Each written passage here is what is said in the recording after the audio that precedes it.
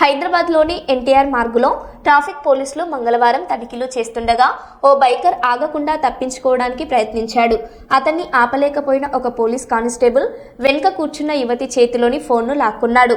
ఈ సంఘటన సామాజిక మాధ్యమాల్లో వైరల్ అవ్వడంతో కొందరు పోలీసుల చర్యను సమర్థిస్తుండగా మరికొందరు విమర్శిస్తున్నారు.